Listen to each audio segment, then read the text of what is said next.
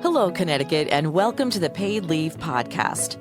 The title basically says it all. I'm Nancy Barrow, and I will be delving into this new state program and how it can help you and your family. This podcast will give you information you should know about Connecticut paid leave and maybe just a little bit more. Connecticut paid leave brings peace of mind to your home, family, and workplace. Welcome to the Paid Leave Podcast. August is Breastfeeding Awareness Month, and today we're looking at things from a doctor's point of view. Having a baby can be the most joyous time in a parent's life, and it comes with some really big questions like, do you have a natural birth? Can there be complications? Do I breastfeed? Can I breastfeed? Is formula an option? How long do I breastfeed my baby? What about postpartum depression?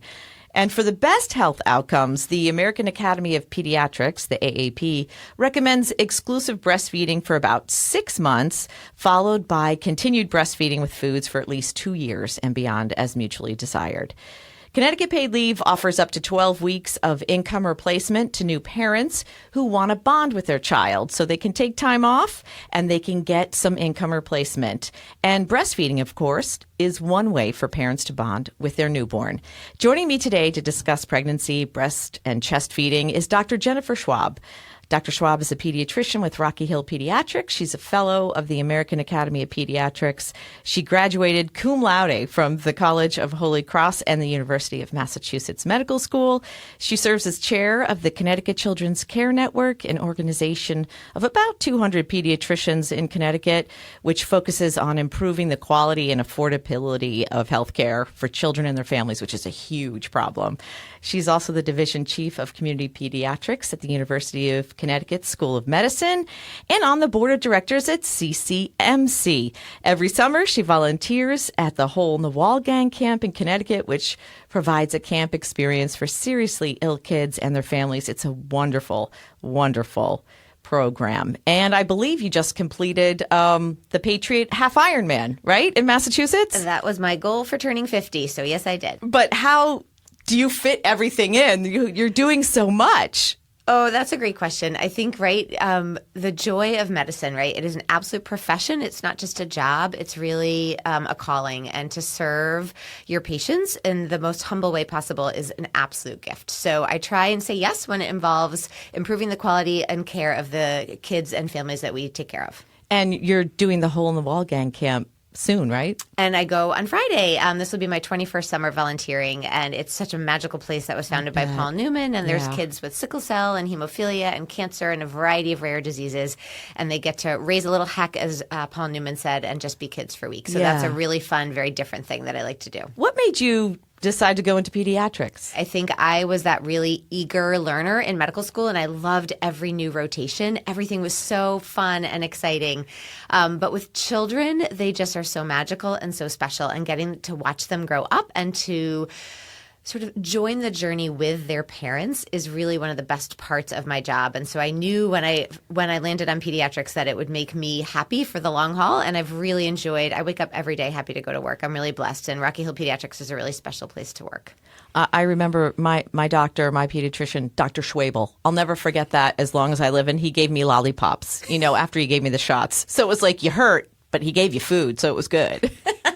I don't know if they give lollipops anymore. I know, because the dentist asked us not to. We give stickers. We do sometimes do lollipops for our flu clinic to move it along. But it is. But, remember, vaccines save lives, right? So it's a little pinch to prevent a big ouch down the road. Right. So, yes. What do you teach new medical students about breastfeeding and what their job as a pediatrician is? Breastfeeding is, in some ways, the most natural thing that you could do. After your baby is born, if you leave your baby on your belly, the baby will literally crawl up, sniff out your nipple, and try to latch. It's so natural. But for so many women, it's scary and intimidating and overwhelming. And so we try to normalize that this is really hard, and not every baby is born knowing how to breastfeed, and not every mom, including me as a new mom, knows how to breastfeed, and it takes hard work. But we are there to support you. And I think just like you research the car seat and you research the crib and you research everything you can possibly imagine about what kind of laundry detergent to use. You've got to do a little research about breastfeeding and you've got to get ready, right? And you read those books or you take those classes. So for my medical students, I try to get them comfortable in the room, looking at mom's breasts and looking at the baby and talking about breastfeeding and really encouraging that bonding, right? That golden hour when your baby is first born. If you can have your baby skin to skin on your chest or dad's chest or your partner's chest with no clothes, just a diaper and a blanket over the two of you, you're transmitting beneficial bacteria. You're helping your baby regulate their heart rate, their blood cortisol or stress levels. And when you can have that golden hour together, those first couple of hours, and then get the baby to latch, that's actually going to be one of the key parts of setting you up for successful breastfeeding. I've heard that also the milk changes as the baby ages. Like it's like this unbelievable science in our bodies that the milk changes as the baby grows. And that is true. So in the very beginning, a lot of moms worry that their milk isn't in yet. But that's not actually true. They have great milk. It's just called colostrum, and it's golden. It's literally liquid gold, and it's packed full of antibodies that fight infection and protein for the body, so for the baby. So what I call it is high quality, low volume milk.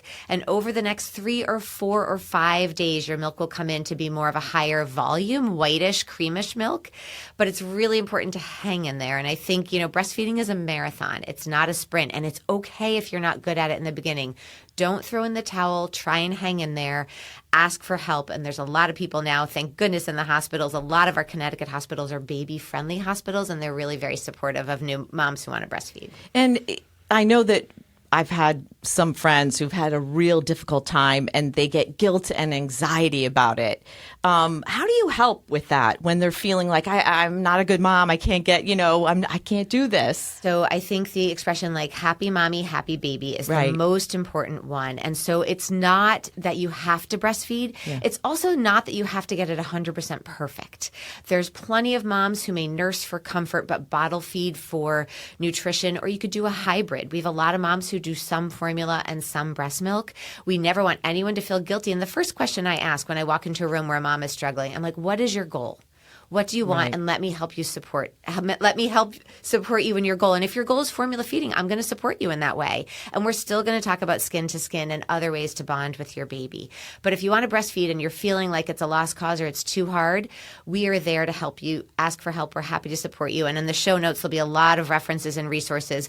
But I would also encourage you when you're pregnant to really kind of take that long ball view, right? Like running the half Ironman. It was not a sprint.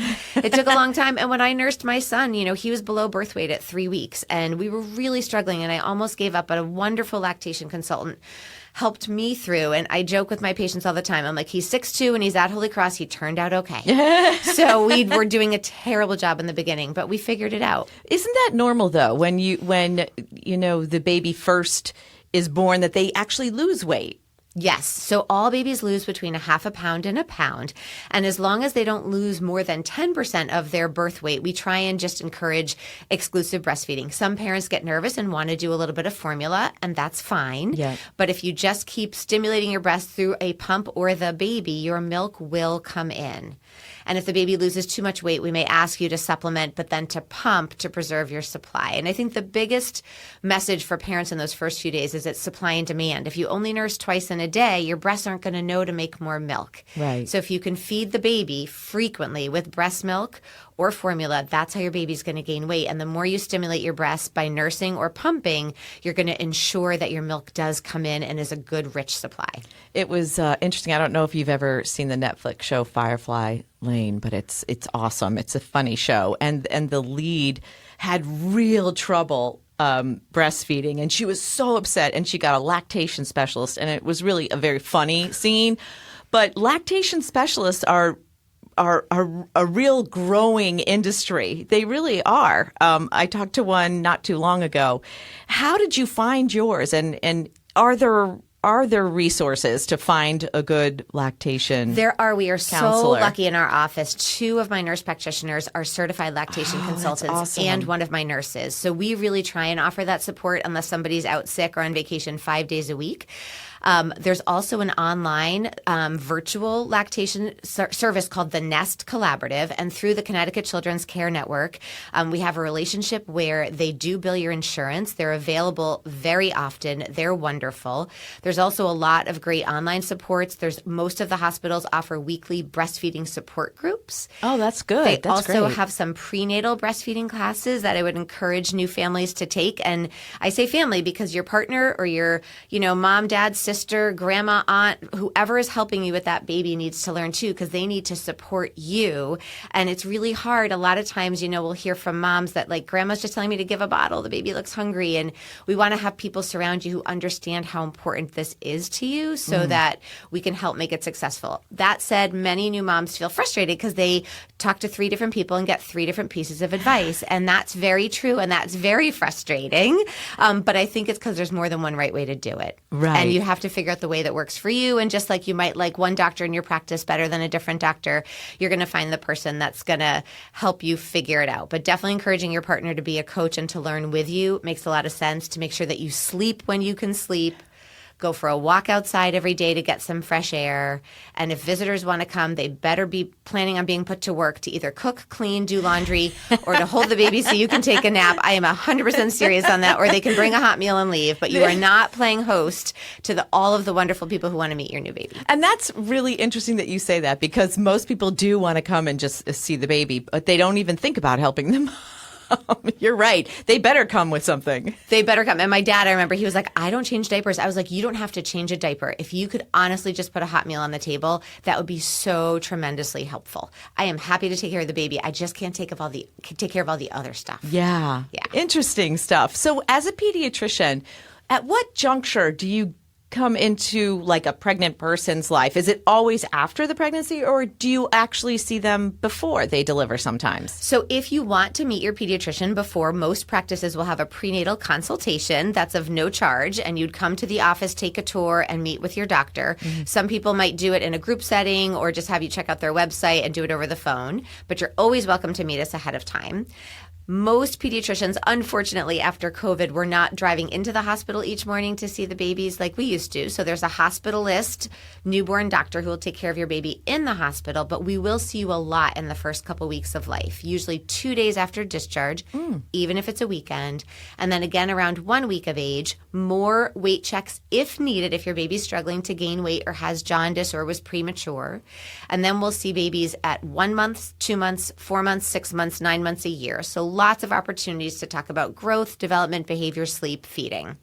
And then how long are you involved in the baby's life? So we love to take care of your baby all the way until they're 21 or 22. Oh, wow. So we'll see, we love adolescents, we love our teenagers. We'll see them until they either graduate from college, or if college is not their path, they've sort of transitioned into more of their adult life. Then we'll help them transition into an adult doctor to go with that. Yeah, I don't think Dr. Schwab saw me much after 13, I think. And that used to be the old school, I'm sure. And that may be. I think most pediatricians in Connecticut will definitely see kids at least until 18, but most will see them until their early 20s. That's awesome. Why do you think breastfeeding is so controversial? I think we need to take a page from Europe, right? Yeah, exactly. Breasts are natural. They are a part of our body. They're a beautiful thing, and they serve a function. And I think the more that we can encourage moms to breastfeed in public and to feel comfortable with their body, the more that we can empower the healthiest generation yet, right? Remember that when you breastfeed, you cut your risk as a mom of uterine cancer, ovarian cancer. You lower your risk for type 2 diabetes and obesity.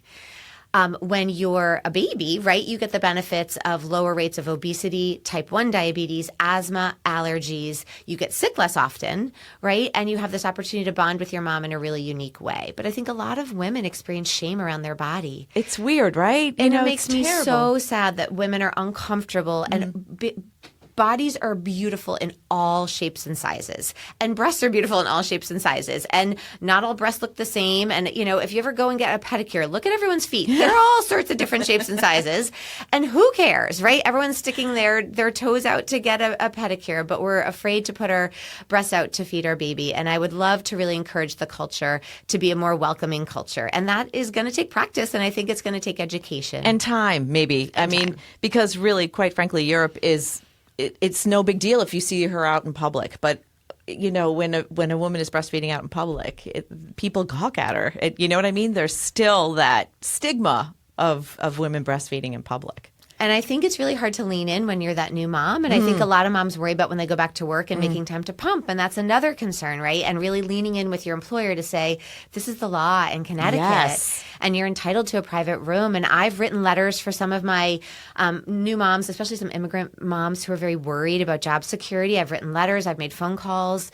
Not every employer is as welcoming as they should be. And so, I've had to give my office up because we're a small office. We don't have a lot of private lock spaces. But I've always offered up my office. I'll just sit in the hallway or the lab to chart so that any of my employees can pump who need to pump. So I think if you ask, most employers will. They just may not realize that they're not following the law. Right. I think it's one employee or more. They have to find a space that isn't a bathroom for them to pump privately. And if you do that as an employer, if you're an employer listening into this podcast, remember that you're going to save sick days because the baby's going to be significantly less sick if they're getting breast milk. And so, when a baby's formula fed, unfortunately, not all moms can breastfeed, so there's absolutely no guilt. But the reality is breast milk does protect against infection. What if a mom has suffered breast cancer or breast surgery and she cannot breastfeed? What are the alternatives? Is it only bottle fed? Is it only formula? It's a great question. So I've had a mom. We have a mom in our practice, a wonderful mom who had a mastectomy, has 3 boys. She breastfed all 3 boys with her one breast. She did an amazing job. So one breast will give you enough. Women who've had reconstructive surgery, breast augmentation, or breast reduction surgery, sometimes they have no problems. If you're thinking of that surgery, ask your plastic surgeon to try and preserve. Sometimes they're able to make some milk, but not enough milk. And 5% of moms just don't make enough milk. And so if you don't, of course you can bottle feed with formula, but some moms prefer to chest feed. So you can do what's called SNS, which is a supplemental nursing system. It's a little syringe that you can tape next to your nipple. And so you can feed your baby at the breast. And some parents who adopt choose to do that too. That's so cool. So that if their breast, with stimulation, your breast will make some milk. It may just not make all the milk that you need. So you can either supplement in that way or perhaps, again, nurse for comfort, but bottle feed for nutrition. So again, it's not all or nothing. There's a wide variety of ways to do this that are going to be right for your family. Yeah, very interesting. I really like that. What about a mom who might be suffering from postpartum depression and she's on medications? I know there's something called pump and dump. Is that actually a thing that they can do if they're on medications? So 2 questions packed in there. So let's go back to the postpartum depression. Yeah. So it's actually peripartum, mood and anxiety disorders, and they can start from the moment you conceive through your baby's first birthday. And 1 in 7 women will suffer with significant postpartum anxiety or depression.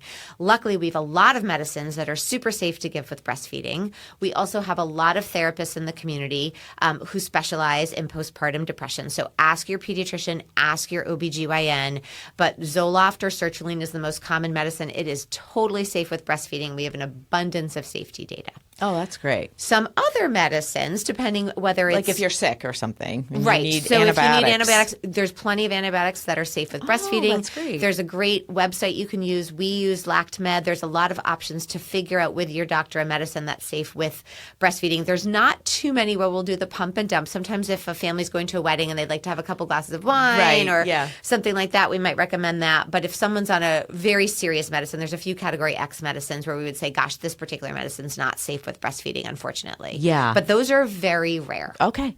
Good to know. And let's talk about the postpartum or peripartum is what you're saying, depression. I saw on your Facebook page that you offer a class about it from Postpartum International's website. And the class is free, which is great for everybody. It's 2 hours. But it helps families prepare for their postpartum experience. And some of the topics that are covered in it are, physical recovery, partner support, self-care, support networks, lactation and emotional well-being. Let's talk about that because you said, what is it, 1 in 9? 1 in 7. 1 in 7 women. And I know men also suffer from it. I think it's 1 in 10. I think it's 1 in 10 too. I don't have that memorized. Yeah. But I've definitely had some dads in our practice and a lot of moms. And so we go back to being sleep deprived. You're exhausted. You're feeding your baby 8 to 12 times a day. They're spitting up on you 6 times a day. You're doing buckets of laundry. You have no time to cook. I joke that my kids would cry when we ate dinner. We would eat at 5. They would cry. We would eat at 7. They would cry. We would eat at 6. They would cry. They just would cry. I just wanted to eat dinner for 5 minutes. And I remember crying with them. I was so tired. So if you don't take time for you, so that's where you need to engage your village. And I am dead serious. If you have anyone who offers to help, say yes and ask in a concrete way, could you hold my baby so I can take a nap? Could you fold this laundry for me? Could you run to Walgreens and pick up my prescription and get us some takeout and drop it off? You cannot do it all. And I think that's part of that superwoman. We feel like we need to do it all and be perfect breastfeeders, and then we fall short and we fall down. And no. Let us pick you up. Let us hold your hand. Let us guide you through it. There's more than one right way to do this. It does not have to be perfect. Yeah. The one good thing about Connecticut paid leave is it does give 12 weeks of income replacement to the moms and the dads or your partner, whoever that may be. 12 weeks of income replacement. So it's wonderful. It's wonderful. And we fill out that paperwork for parents all the time. And it's so great because the partner feels like they get to bond with the baby too. Or some families will choose to stagger it so they don't have to pay for daycare for 6 months because they have 12 weeks and then 12 weeks, which is a total gift because the first month is so hard.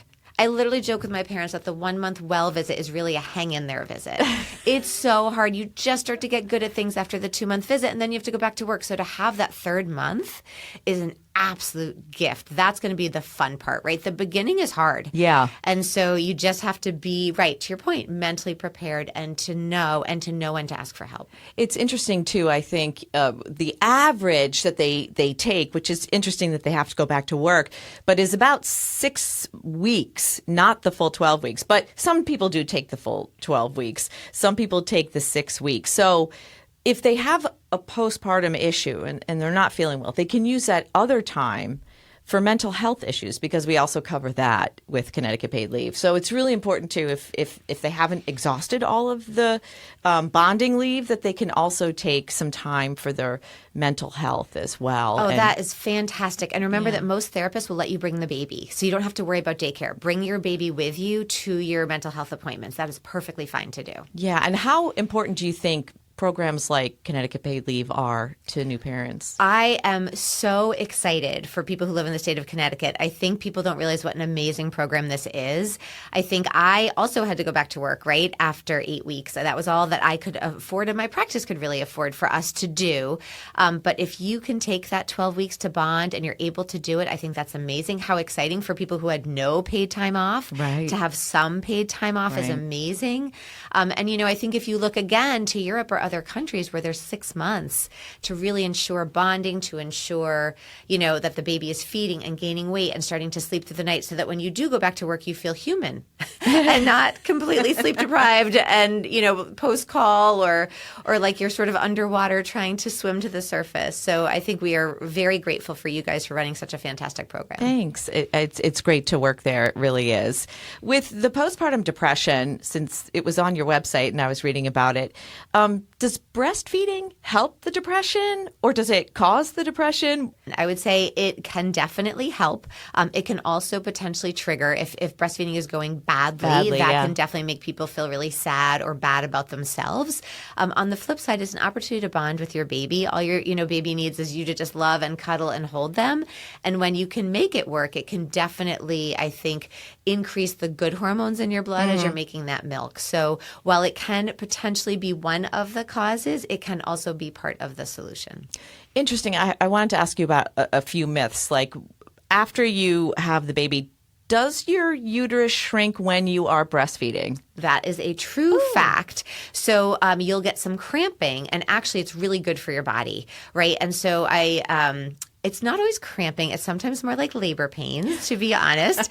But if you're experiencing that, that's a great sign that the baby's doing their job at the breast, and it's going to increase your milk supply, decrease your blood flow out of your uterus, and help it shrink faster to help your body recover faster. Wow, that's really interesting. And my cousin said that when you stop breastfeeding, your breasts really hurt. So she said, I've heard that you can use cabbage leaves to Now she's from Denmark, so maybe that's what they do in Denmark. But I was just wondering, that's a real thing too, the pain. Right. So regardless of whether you choose to breastfeed, when your milk comes in, it's going to hurt a lot. Yeah. And cabbage leaves can definitely help with some of that pain and decreasing some of the swelling. Emptying your breast can also really help. So pumping or putting the baby to breast is a great way, and then massaging your breast while you're pumping or nursing, or even if you're in the shower. Wow. So to get that milk out is going to make you feel less uncomfortable. But usually the day your milk comes in, boy, are you like, holy guacamole, that hurts a lot. Yeah. And if you can, you just want your baby to drain that milk. That's ideally what you want to do. But cabbage leaves can help. You can do, some people take bags of frozen vegetables like frozen peas or corn and put them on, or take a nice hot shower and do some massage or pump. Those are all great ways to decrease that discomfort. That's amazing. For expectant moms and dads looking for support groups for breastfeeding or what to expect in the postpartum, can you give me some ideas about some good services that they might be able to go to, or do they come to you for all of this? So that's a great question. We do not offer any group classes in our office right now. Most hospitals will offer a childbearing class preparation class, and they also offer a breastfeeding preparation class. So we would encourage you to take both of those. Most of the hospitals in the greater Hartford area and down towards New Haven do them. So those are the easiest access points, but also on the show notes, there's a bunch of resources, La Leche League, Connecticut Breastfeeding Alliance, that also have some great support for parents. And birthing classes are really important to take, right? They are very important to take. Again, you have to take lessons before you get your driver's license. Please take some lessons before you birth your baby. And what else can you tell me about breastfeeding that you think people should know before we end the podcast?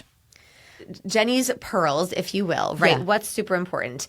I think being prepared. So taking classes ahead of time, right? Including a prenatal breastfeeding class. Okay. Remember that golden hour after your baby's born. If there's not a medical emergency, which sometimes happens, our birth plans don't always go according to plan.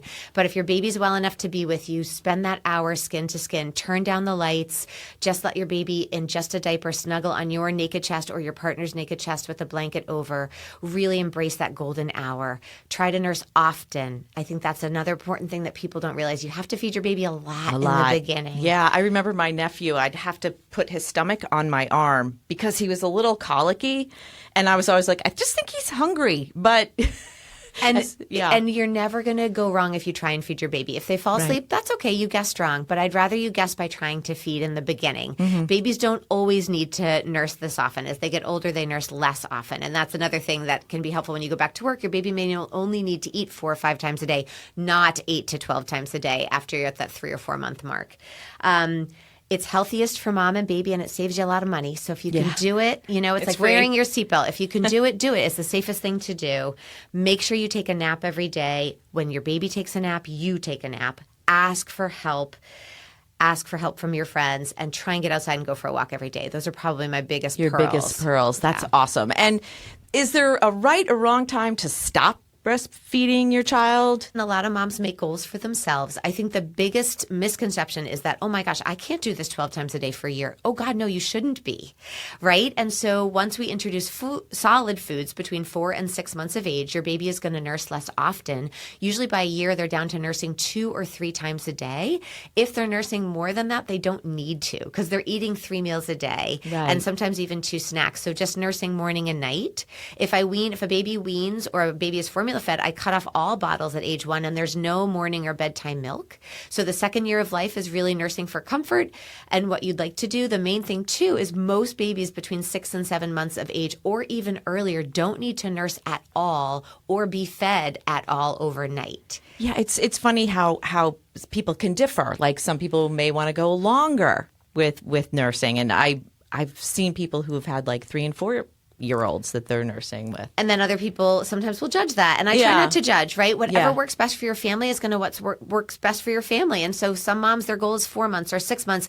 And sometimes I just gently nudge them. I'm like, hey, you're doing a great job. Maybe just stick to twice a day. You don't have to totally cut back right now. But if they want to quit, I will support them and help them transition to the next phase. Yeah. And how is that next phase? Like, how is it to get off, weaning must be kind of tough too. It's a little bit probably more complicated than for this podcast in that it depends on how old your baby is, but talk to your pediatrician about it and they can definitely talk you through how to wean off of nursing. Yeah. And it's not difficult. Okay, good, because I've heard people say that also hurts when you stop.